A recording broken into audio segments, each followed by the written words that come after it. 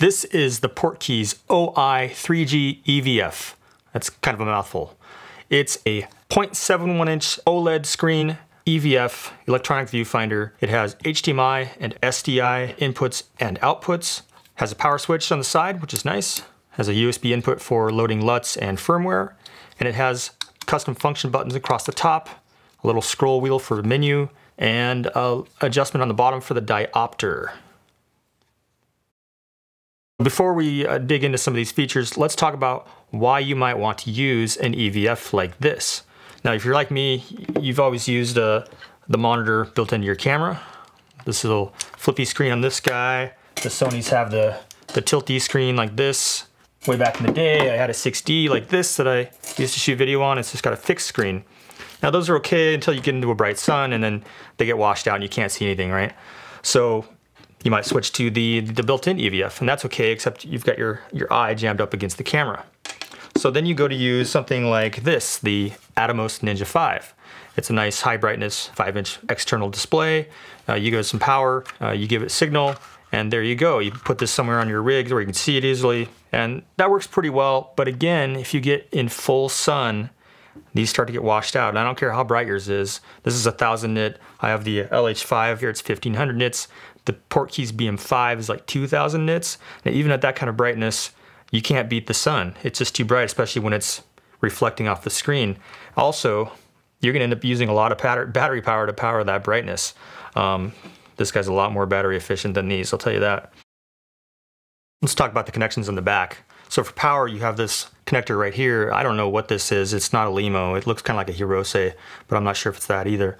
And it comes with a couple little cables to power that. You have a D-tap to this thing, and then you also have a DC barrel to that thing. And it's keyed, so you just line it up. It clicks in, and you just pull the sleeve, and it pops out. It's really easy to do. Oh, I should mention that it comes in this nice hard shell case. There's no cardboard box or anything. It's got laser cut spots for the EVF. So it comes with the 2 power cables, a BNC cable, and some mounting hardware. Here's a rod clamp, and it slides onto the bottom of the unit. I haven't used that yet. I'm just using the rosette mount on the side, which is really nice to have. It also comes with a thumb drive, USB thumb drive, for loading those LUTs and firmware. That's nice. I'll never use this though. I usually put these in a soft case and put it in my backpack because I travel light when I travel, so I don't use big cases like that.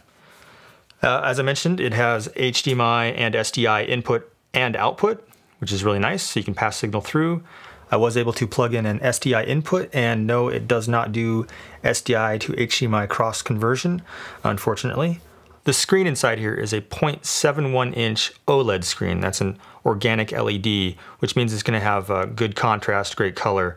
And it's very small, which means it's also very power efficient. This is only rated for 200 nits, but because your eye is tucked up against this eyepiece, that's all you need. You're not getting any kind of sunlight hitting this screen at all, so you can easily see that image no matter what kind of lighting situation you're in.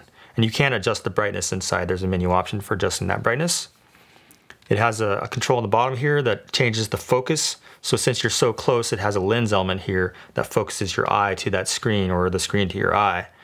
The screen is bright and clear, although I should mention that I think the opening should be a little bit wider because I sometimes find it hard to see corner to corner. I kind of have to shift my eye just a little bit to reach all of the corners. Let's talk about the size and weight and compare it to something like the Atomos Ninja 5. So this clocks in at 400 grams. This is about 320, so they're close. This is just a little bit heavier. They're also pretty close in dimensions this way. This is a little bit wider this way, but of course it's not as wide in the width in that department. So they're comparable. It does seem like when I put these in my backpack that this monitor takes up less space than the EVF just because of the shape of this, but it's not a big difference, and on camera, again, not a huge difference. Now, one of the things you got to figure out is how you're going to mount this to your camera, because as opposed to a monitor like this where you can stick it anywhere in your field of view and generally be okay, this has to be positioned just right so that it hits your eye, and so you're not tilting your neck or doing something goofy to try to line up your face with this eyepiece. So you're gonna end up with some kind of hardware attachment like I have here. I have a rod clamp going to some RE rosettes with an extension arm, and I attach it right here. And on my rig, this puts it right about where it needs to be. I don't have to crane my neck any certain position to get this to line up. So I'm using a shoulder rig, of course, so it's gonna hit me right there. So this is in a comfortable, the camera's in a comfortable spot, and I don't have to tilt my head in a goofy direction. It's lining up just nice. And so you're gonna have to figure that out for yourself because your rig is gonna be different than mine. In any case, I don't know if you're really gonna be able to use this without a shoulder rig. I'm not sure what the point would be. I mean, I suppose, I don't know, you could dream up some reason why you might use that, but this is pretty much if you're gonna be on a shoulder rig. It doesn't have the kind of loop that flips up so you can see the screen, and even if it did at 0.71 inches, it's too small to be useful without the magnifying here. So it's really only good right up against your eye and, like I said, on a shoulder rig. Now the eyepiece can be rotated if you happen to have it mounted for your left eye, and you can flip the image in the menu inside if you want to flip it upside down or do something like that. You can flip it around. I would love to compare this to some other EVFs, but I don't own any EVFs besides the ones that are built into these cameras. I know Zacuto makes a couple of them that are pretty popular, and then there's ones that come with cameras like the Sonys and the Canons and the bigger, you know, E&G style cameras. They have the built-in EVFs, but I've never owned one of those. I don't shoot with those, so I can't make any comparisons to those. I just know that I am really enjoying this one. It does exactly what it's supposed to do. The price is, it's more expensive than what you'll pay for a monitor like this. So this monitor is $700, but it can record in ProRes. You can get the Shinobi for, I had to look it up. You can get the Shinobi for $400. It's just same size and weight as this mostly. This is $1,200 US. So it's 3 times the price of the Shinobi. It's not quite double the price of the Atomos Ninja 5, but it is expensive, but you are getting SDI and you are getting a nice EVF. So again, you got an OLED screen, high quality, good contrast, good color, and lots of nice features. And this is a solid block of aluminum. It's a single piece, it's machined, so it's very well built. It's not gonna break on you very soon. It doesn't have a plastic feel at all. In fact, there's hardly any plastic on this. This knob is plastic. These buttons are actually even metal as well. All the connectors are metal and everything's really solid. Now, I need to talk about the fan because it is pretty noisy. I'm gonna plug it in here and give you a comparison here, maybe up against this monitor.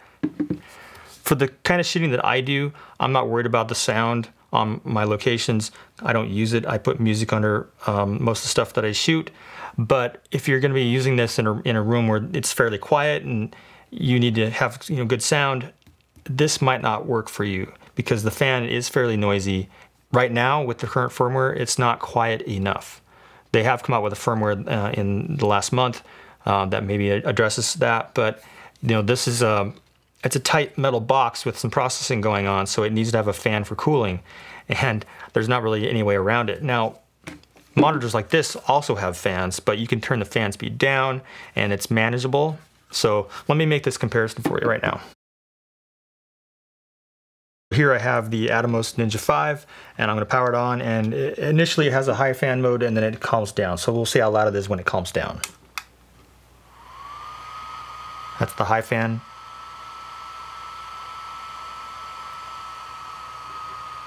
And then it calms down.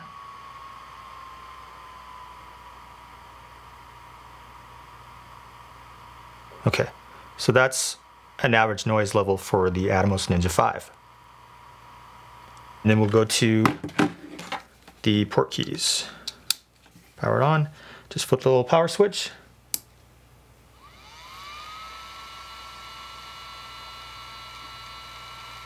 So that's almost as loud as the Ninja 5 was when it first turned on before it calmed down, but that is its normal operating noise level.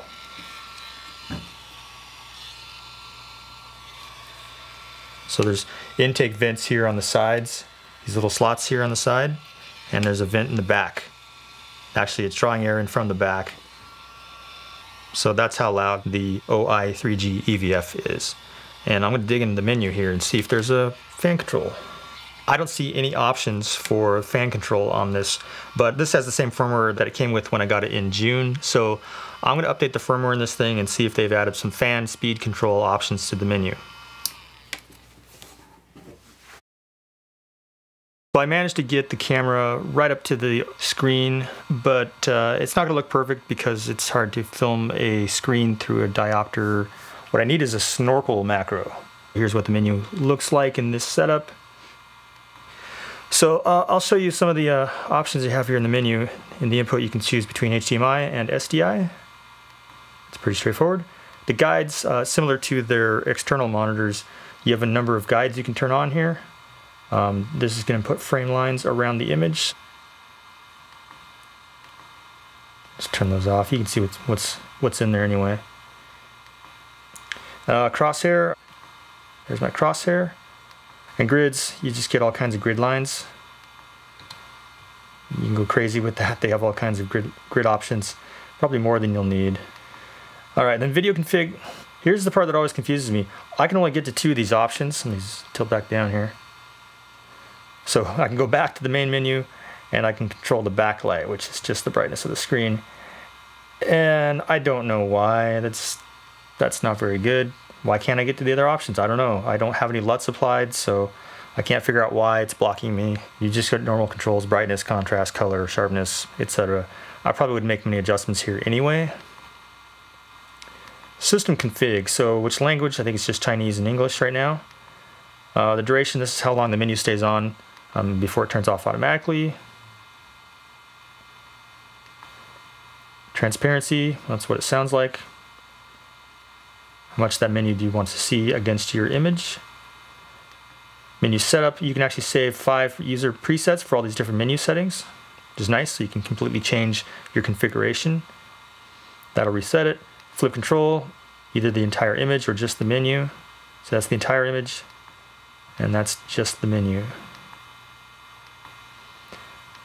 And then we get into LUTs. Now I haven't loaded any LUTs yet, I was saving it for the video here, so let's see if we can't load some LUTs.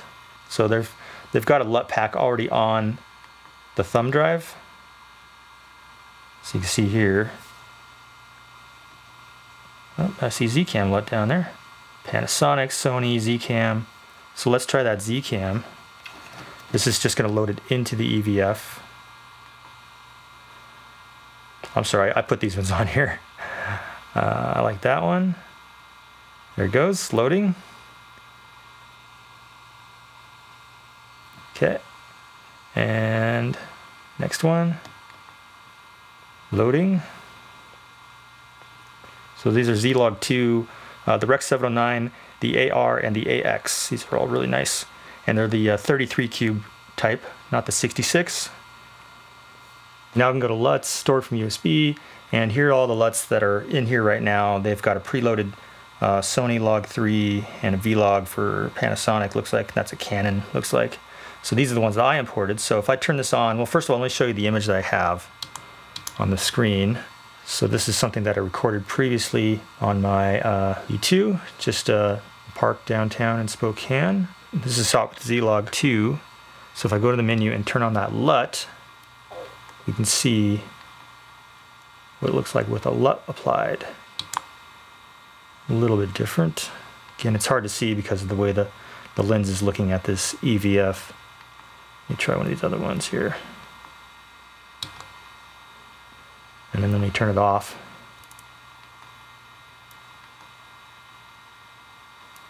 And the question is how do I turn it off? I think I just click this again. There it goes, turns it off. And it looks pretty flat. LUTs work. And then now I'm also going to update the firmware. See what I'm on right now. Version 1.00.20 firmware. There we go. Are you sure? Well, which one's yes, which one's no? I think yellow is yes. It's hard to say. There it goes. Software update. And we will go peek at the menu once again to see what happened to our firmware. And yep, version 1.01.20. So we went up one version And I guess all that's left is the function setup. So there's 3 function buttons on here. So Luma waveform on 1, peaking on 2, false color on 3. Let me show you what those look like. So I hit 1. Down in the bottom right, I get a waveform monitor. And this actually looks pretty good for a waveform. It doesn't do anything goofy like the LH5. So with the LH5, when you turn the menu on, oh, I'm sorry, it still does it. So you get the menu on the screen. It's really annoying. Like, you should never see that on your waveform. It's silly. And then number 2 is peaking. Yeah, I'm not really seeing it. Anyway, and the last one is false color. There you can definitely see that. So the different exposure values are showing in different colors. The custom function buttons can be set to almost any of the settings that are in the menu. So as you can see as I scroll through here, color contrast, pixel to pixel, grid lines, you name it. The LUTs is really nice. You can change LUTs by using custom function buttons.